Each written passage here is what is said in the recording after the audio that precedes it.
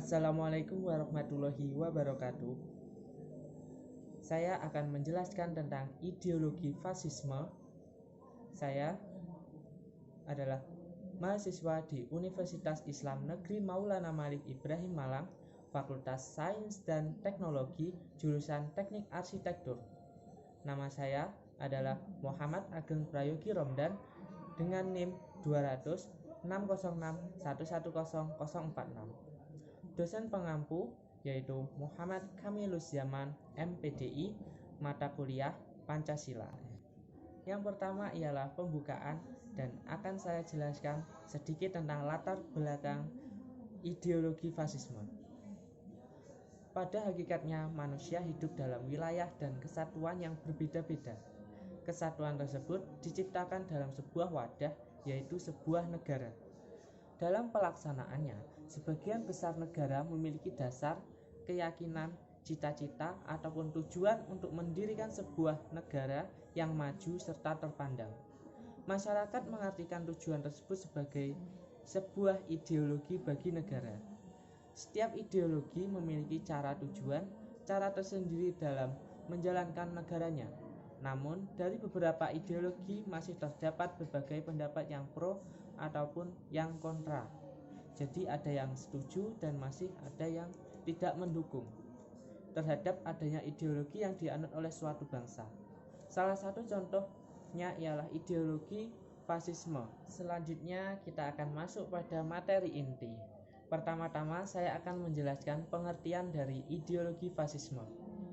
Ideologi sendiri adalah pemikiran mengenai sebuah ide yang digunakan sebagai dasar dan hukum bagi suatu negara.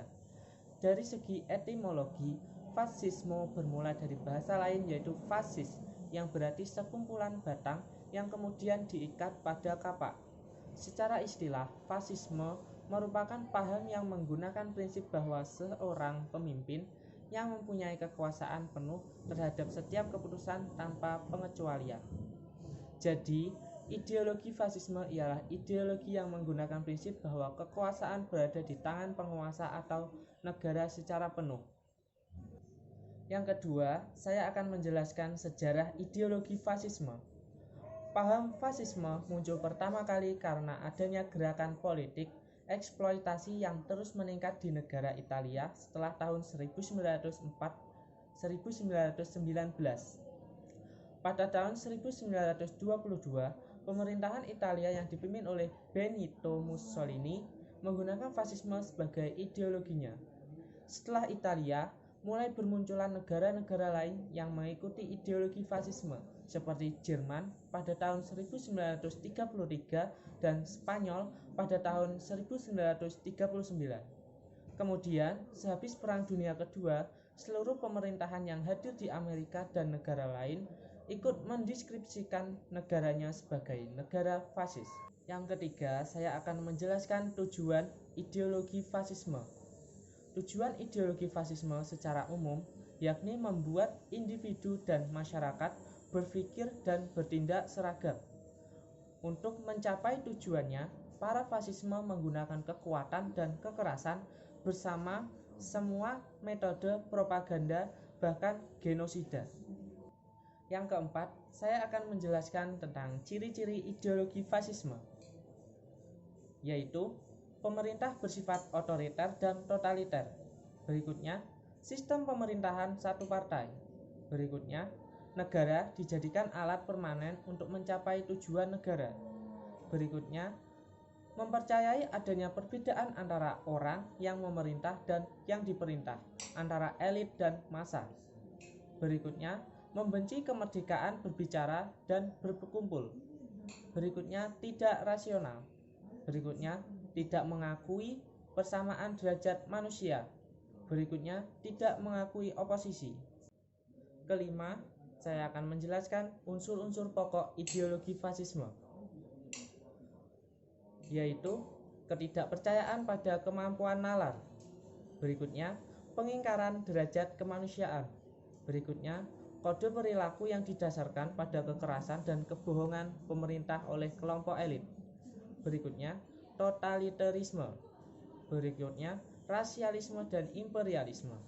Berikutnya, menentang hukum dan ketertiban internasional. Selanjutnya, yaitu yang keenam, saya akan menjelaskan tentang sifat-sifat ideologi fasisme.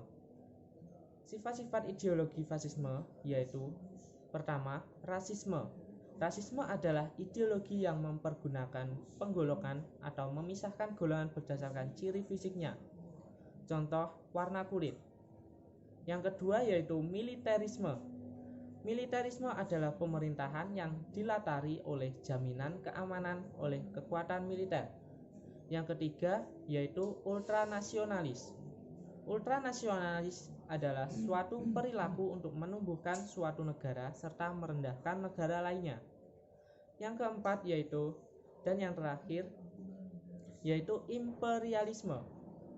Imperialisme adalah suatu sistem politik dan dalam menguasai seluruh dunia dengan cara memaksa guna kepentingan pribadi yang dirancang sebagai imperium, yaitu hak memerintahnya. Dan pada bagian terakhir yaitu penutup. Setiap ideologi memiliki cara tersendiri dalam menjalankan negaranya. Namun, dari beberapa ideologi masih terdapat berbagai pendapat yang pro ataupun yang kontra terhadap adanya ideologi yang dianut oleh suatu bangsa. Salah satu contohnya ialah ideologi fasisme. Ideologi fasisme merupakan paham yang menggunakan prinsip bahwa seorang pemimpin yang mempunyai kekuasaan penuh terhadap setiap keputusan tanpa pengecualian. Tujuan ideologi fasisme secara umum yakni membuat individu dan masyarakat berpikir dan bertindak seragam. Kesimpulannya yaitu ideologi fasisme memiliki kelebihan dan kekurangan. Kelebihan dan kekurangan ideologi fasisme cenderung memihak kepada negara dan menindas kepada rakyat. Cukup sekian penjelasan dari saya. Apabila ada salah tutur kata, saya mohon maaf. Wassalamualaikum warahmatullahi wabarakatuh.